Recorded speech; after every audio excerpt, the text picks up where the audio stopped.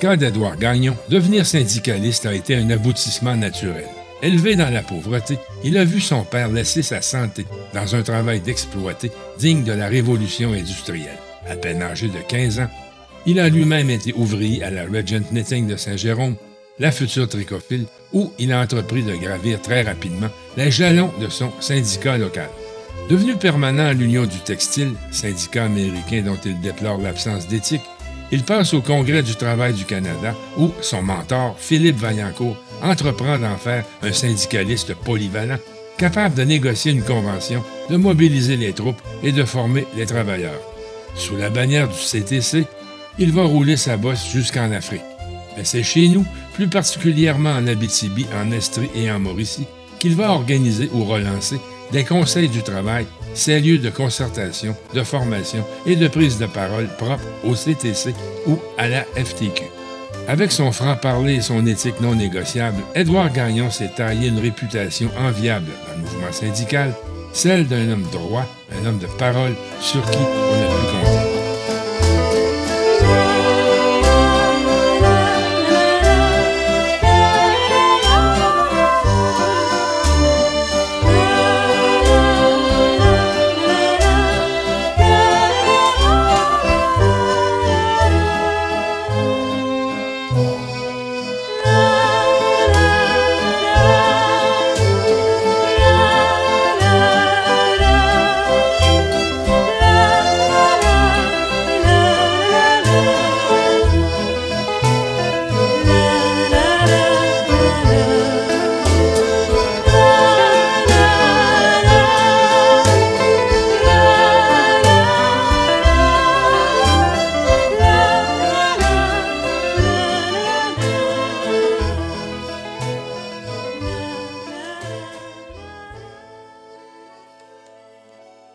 Édouard Gagnon est né en 1928.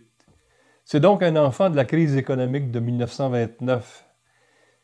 Un enfant qui a vécu sur une ferme avec sa famille. À l'époque, on avait l'habitude de dire que la crise économique avait été vécue de façon beaucoup plus douce par les paysans. Ce qui n'est pas tout à fait le cas de la famille Gagnon.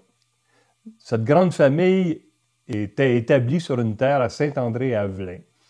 Une terre hypothéquée par le médecin du village, le docteur Beaune. Au moment du renouvellement de cette hypothèque, le docteur étant décédé, la veuve refuse de reconduire l'hypothèque. La famille doit quitter cette ferme. On s'est trouvés tout nus dans la rue. Nous étions à l'époque 11. Moi, j'ai dû avoir 3 ou 4 ans. Et là, mon père a déménagé sur une autre ferme, dans un autre rang, dans la région de Saint-André. On appelle ça le rang Saint-Joseph. C'est là que j'ai commencé à aller à l'école. J'avais 6 ans. On marchait 1 mille, soir et matin. Il fallait dîner à l'école. Et on était tellement pauvres que ma mère avait pas elle pouvait pas nous faire des repas. Elle nous donnait des croûtes de pain le midi pour manger.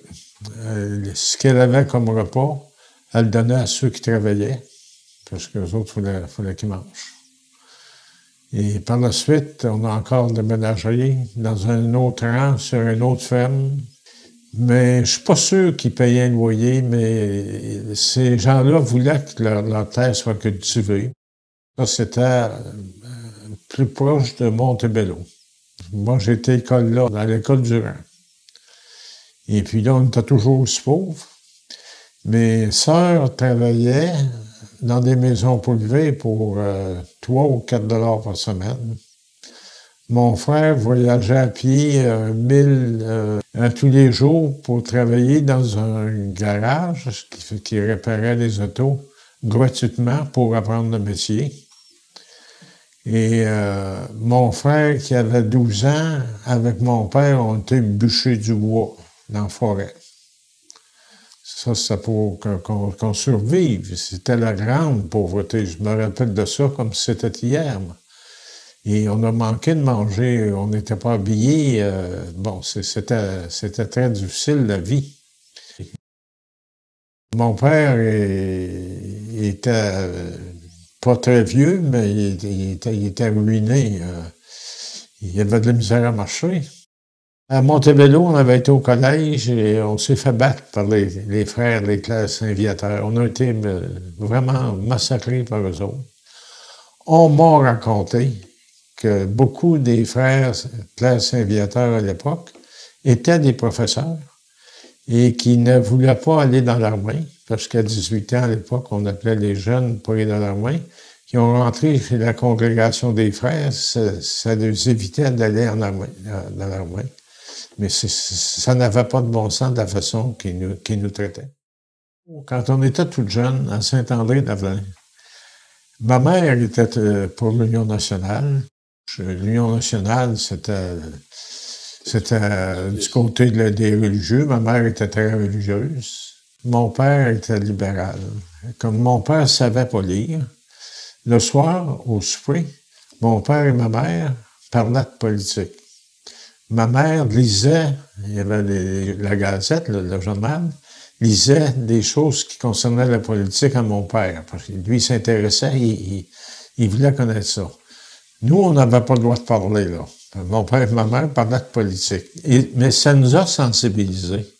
Le fait qu'ils faisaient ça en soupant, on était obligés d'écouter. Et puis, ça nous a sensibilisés.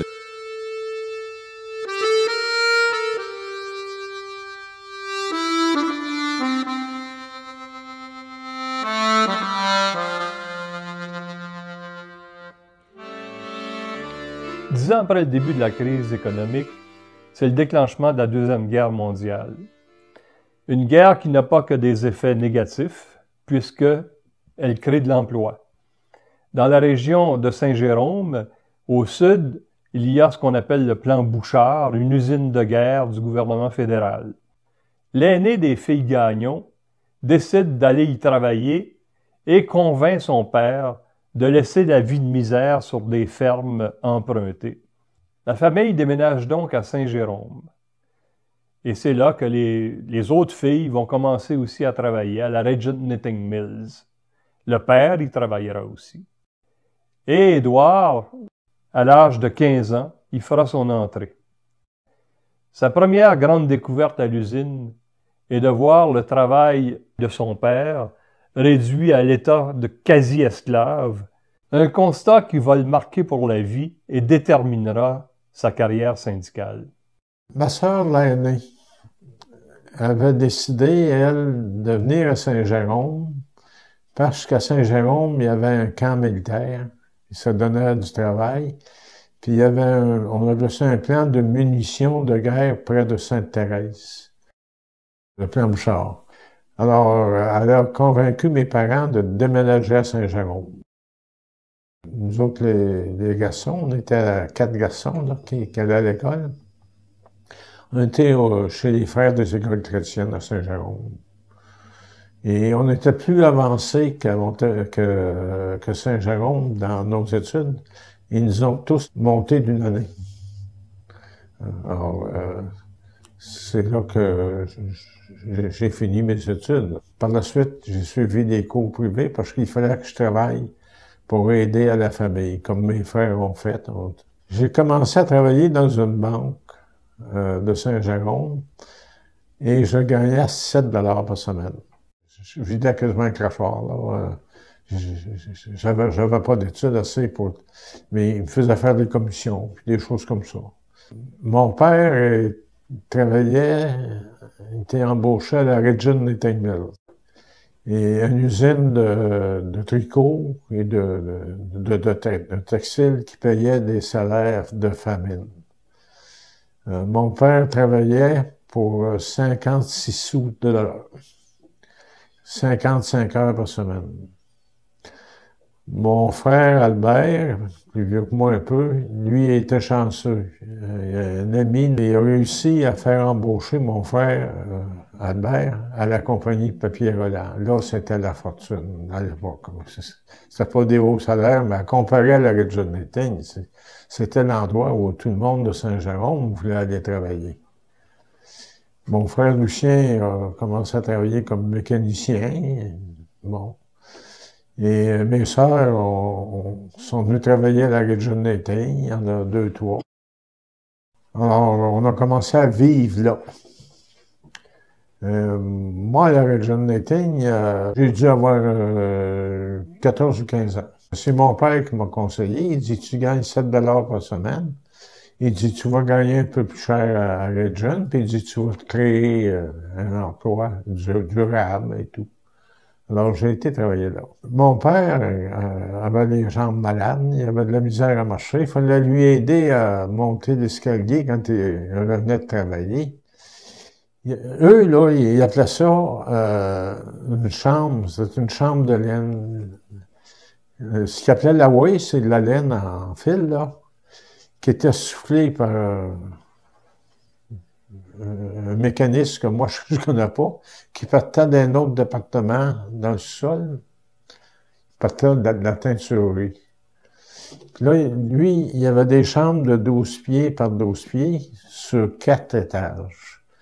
Là, il disait à mon père, là, vous avez une batch, ça parlait comme ça, il appelait ça comme ça, une zone de 3000 livres. Là, mon père savait que ça irait à peu près jusqu'à moitié ou aux 3/4, là. Il fallait qu'il foule ça avec ses pieds. Puis il y avait quasiment plus de jambes. C'était épouvantable. Il se mettait un masque, mais c'était pas un vrai masque. C'est ma mère qui avait organisé quelque chose. Parce que c'est ça, il respirait ça, puis il s'en plaignait. Il disait ça n'a pas de bon sens. Et de temps en temps, le délégué syndical, qui était pas sérieux, il disait, le père, là, vous avez un 3000 livres, là, forcez-vous pas. Mais là, mon père entrait dans cette chambre de laine-là. Il ne pouvait plus sortir avant d'être rendu en haut. Et il en faisait envoyer 5000 puis 6000 livres. Là, quand il était rendu en haut, s'il ne voulait pas se faire enterrer, il fallait qu'il se débatte comme un esclave. Moi, j'ai été scandalisé de voir ça. Il nous racontait ça, puis il pleurait tellement. Il fallait aller chercher. Avant d'arriver chez nous, on demeurait à Saint-Jérôme. Il y avait une petite pente. Puis quand il descendait de la pente, il y avait si peu de jambes, les jambes tellement fatiguées qu'il ne pouvait pas, il fallait aller le chercher. Sans ça, il courait malgré lui, puis il tombait. Alors on allait le chercher. Puis rendu au pied de l'escalier pour monter au deuxième, on se mettait deux garçons. Puis eux autres, ils l'employaient à 56 sous l'heure, 55 heures par semaine. Il y avait de ça, je vous raconte l'histoire de mon père, mais il y en avait d'autres. Les plus vieux chez nous, ils disaient à mon père, quitte le travail, on va t'aider, on va essayer de te... Mais il voulait pas, lui. C'est un homme qui buvait pas, il fumait pas, et lui, c'est sa famille, hein. Alors, il a travaillé de 2-3 ans. Enfin, la famille s'est réunie. Et ils m'ont chargé, moi, parce que je travaillais à la même usine que lui, d'aller rencontrer le directeur du personnel, qui s'appelait M. Géraldo. Et puis demander à M. Géraldo qu'il le mette à pied, qu'il lui dise c'est à cause d'un manque de travail, c'est temporaire. M. Géraldo avait accepté, puis c'est comme ça qu'ils l'ont mis à pied. Puis il n'a plus jamais travaillé, il n'était plus capable.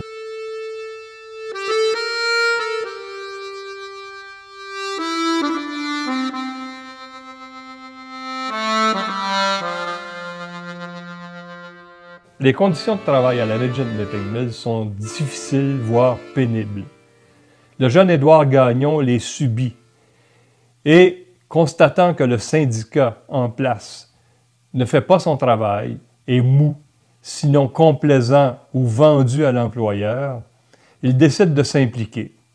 Il devient délégué de son département. Après, Édouard participe, avec d'autres travailleurs de l'usine, au renversement de l'exécutif en place. Il devient trésorier du syndicat. C'est le début d'une ère de combat à la Region Knitting Mills. Des combats qui donneront lieu à de nombreux affrontements avec l'employeur et qui ouvriront la porte à des actions beaucoup plus radicales. Je savais déjà que le syndicat qui existait dans cette usine-là, c'était pas les têtes dirigeantes, mais ils ont été négligents, pareil. Le syndicat, le président, puis les officiers du syndicat, c'était donné au patron. Nous autres, on disait qu'ils étaient vendus. On a réalisé les employés. Il y avait 600-700 employés. Des fois, ça montait jusqu'à 1000. Que le syndicat était de connivence avec le patron. Le délégué syndical par département, là, on appelait ça le capitaine. J'ai été élu capitaine du département du pressage et du taillage. Oui, j'ai été élu capitaine. J'ai aimé ça. Je rêvais de vivre le syndicalisme. Je pensais à ça. J'étais jeune, j'avais 14, 15, 16 ans, et je pensais à ça sérieusement. Ils nous réunissaient de temps en temps, les délégués, et ce qu'ils nous racontaient, c'est qu'ils demandaient à la compagnie d'améliorer les choses dont on se plaignait. Et puis que c'était difficile, la compagnie, la crise dans les usines de textiles, puis qu'ils ne faisaient pas d'argent, puis que, bon, ils défendaient à mots couverts l'employeur. Ça fait qu'on s'est regroupés. Et puis quand l'élection, il y avait une élection une fois par année, il est arrivé, on s'est présenté contre les gens qui étaient là, puis on a tous été élus. M. Goyer, il était président. Moi, j'étais trésorier, puis on a élu un secrétaire, M. Filion, très honnête aussi. On s'intéressait à la politique. On faisait une relation entre le travail, puis les salaires qu'on gagnait, puis la politique, les gouvernements. On faisait déjà cette relation-là. On a fait venir des gens du Congrès du travail du Canada pour nous informer. On a eu des petits cours de fin de semaine et des choses comme ça. On a commencé à agir en vrai syndicaliste de l'époque. Il y avait beaucoup de griefs qui se réglaient pas et qui allaient en arbitrage de griefs. On en a eu beaucoup, on avait là. On a dit il faut régler ça. On savait qu'il fallait se défendre. Les propriétaires de cette usine-là, c'était la famille Grover, M. Hyman Grover. On allait discuter avec lui dans son bureau, puis à 2 ou 3 reprises, il a fait venir la police quand il était fâché, puis il nous faisait sortir par la police. Il n'y avait pas beaucoup de possibilités de régler des problèmes avec une atmosphère comme ça. Un avantage, je peux appeler ça un avantage. Les travailleurs d'origine avaient des conditions de vie tellement pauvres qu'il fallait qu'ils entretiennent 2 puis 3 jobs, comme on dit. Là. Alors, quand on tombait en grève, ils étaient moins malheureux, pouvaient se permettre de faire durer la grève parce qu'ils étaient habitués à avoir un double emploi. Grover ne parlait pas français. Son fils parlait français, Marvin. Et lui, il ne parlait pas français. Et tous les instruments, les départements, le matériel, quand on travaille dans une usine comme ça, c'était tous des mots anglais. Tu sais. Le département du cutting, puis du weaving, puis du dressing. Puis dans notre première convention, quand on a négocié, on les a forcés à tout traduire en français. Oui, ça, c'était nouveau, là. Alors, après ça, quand on parlait de notre travail, on parlait en français.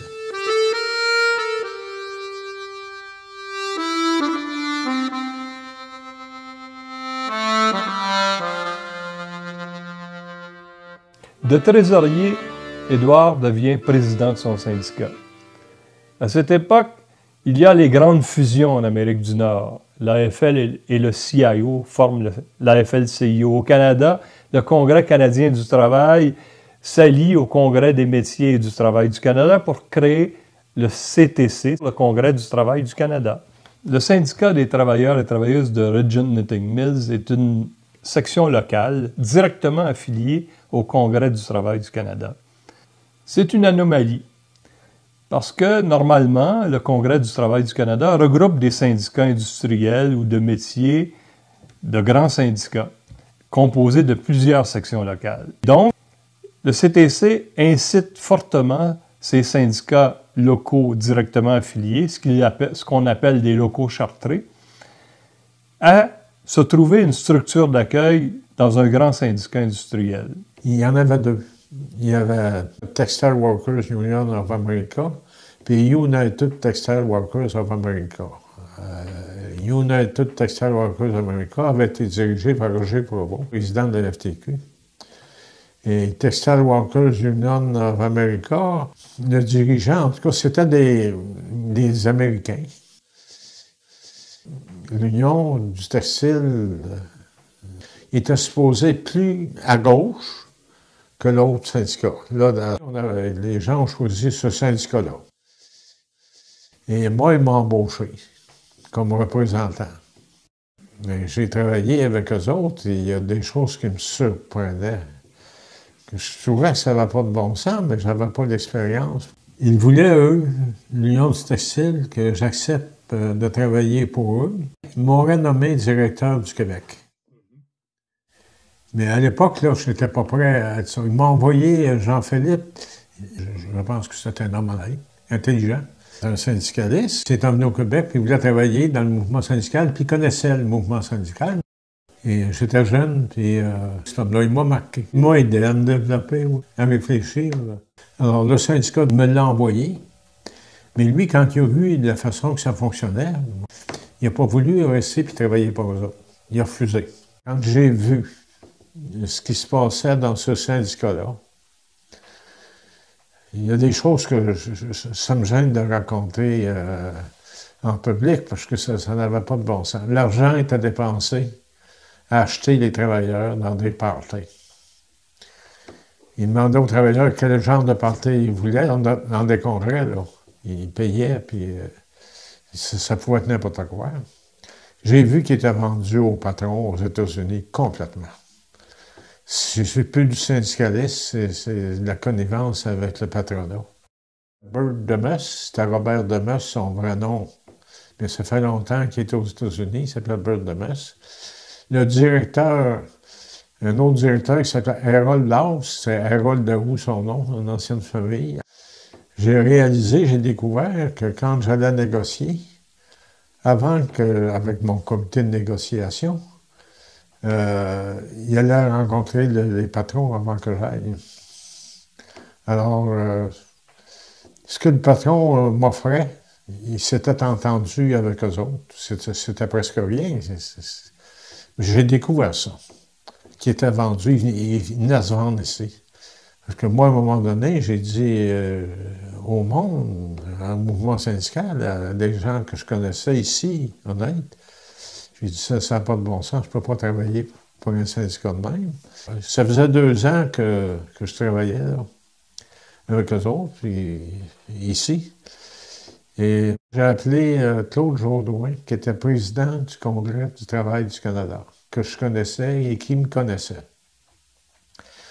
C'était un vendredi, que je me souviendrai toujours. Puis je raconte à Claude Jourdouin ce que j'avais vu, puis que moi, j'ai dit, je ne suis pas capable de travailler dans un syndicat comme ça. J'ai dit, si tu ne m'aides pas, moi, je m'en vais travailler pour une compagnie d'assurance. Je ne peux pas travailler avec eux autres. C'est plus le syndicaliste qu'ils font. Bien, ça, c'était le vendredi, oui. Il me dit, saute dans ton automobile lundi matin, puis il dit, viens me voir. Je me suis rendu à Ottawa. On a parlé un peu, j'ai raconté, puis il avait l'air à savoir ce qui se passait là-dedans, là-bas. Ça n'a pas pris de temps. Au bout d'une demi-heure, il dit, t'es embauché temporairement pour 6 mois. À 6 000 $ par année. Pour moi, j'étais très riche.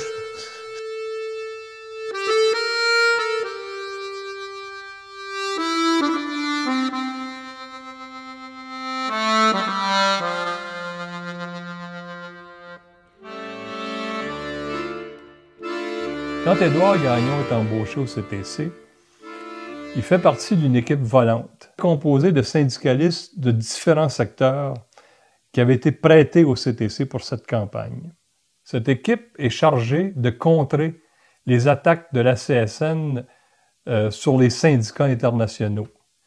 De grandes campagnes de maraudage sont menées auprès de tous les syndicats faibles ou les syndicats dont les pratiques sont douteuses, des syndicats souvent coupables de connivence avec l'employeur. Édouard est particulièrement sensible à la nécessité de réformer ce genre de syndicat. Le chiffre exact, je pense qu'on était peut-être une dizaine pour aller combattre la CSN, qui maraudait un peu partout. Moi, on m'a envoyé à la TUC, la première.